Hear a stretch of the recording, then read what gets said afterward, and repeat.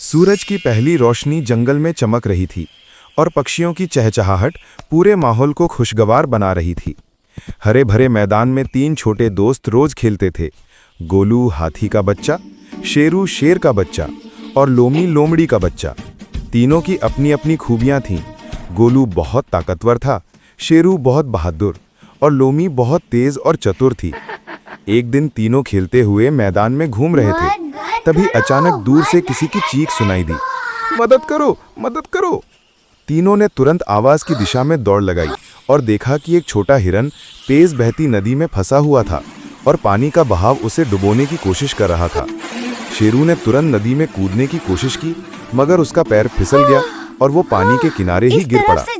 Loamy तेजी से दौड़कर चिल्लाई, शेरू इस तरफ से जाओ, यहाँ पानी कम है।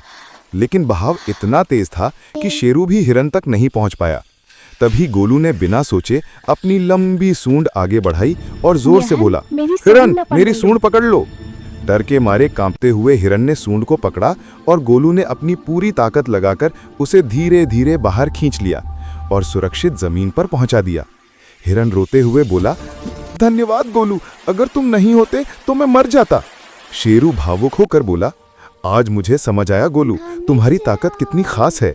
लूमी मुस्कुराते हुए बोली, हर दोस्त की कोई ना कोई खूबी होती है और जब हम साथ रहते हैं तब हम सबसे मजबूत बनते हैं। तीनों ने खुशी से एक दूसरे को गले लगाया और जोर से बोले, दोस्ती ही सबसे बड़ी ताकत है। सूरज ढल रहा था। हल्की सुनहरी रोशनी तीनों दोस्तों को चमका रही थी।